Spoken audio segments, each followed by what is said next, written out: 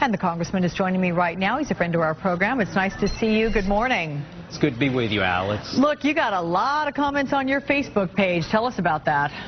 Well, Joe Paterno did not report this to the police, and he needs to be held accountable for that. He should have resigned immediately or been removed. That's what I learned in the Navy. You're accountable if you're a leader, especially for such a heinous crime, and not reporting it. But on the other hand, we're not like Libya, where they had Gaddafi, and they meted out justice in the middle of the night. Do justice, but the way they did it. And so I watched the Board of Trustees, after a couple hours in the middle of the night, do the firing.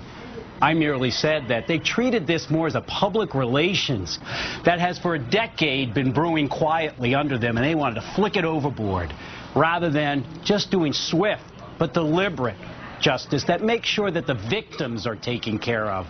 Look, Joe Paterno needs to be held accountable, and he was. But how we do things under our nation of laws and regulations, I'm very interested in also. And that's what I learned in the Navy, and that was my comment. The Department of Education is launching an investigation into this scandal. With college sports being a multi-billion-dollar industry, do you think the feds need to get involved on another level? Well, I do to some degree. Look, I was out yesterday after, I visit vets in the penitentiary every year, and I was to a Veterans Parade, but I visited the University of Pittsburgh, in Johnstown, its campus, with a president who was there, where the focus of that school, as he dedicated a Veterans Memorial to make sure that students understood what our veterans do, was immensely impressive. I think if we begin to understand that's the kind of leadership that focuses on the youth of our nation, and I think some degrees that unfortunately we focus on a program that brings public relations to a university. And again, I come back.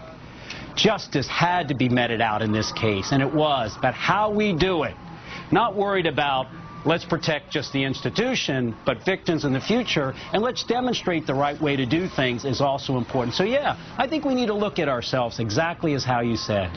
Okay. By law, Joe Paterno was not required to call police.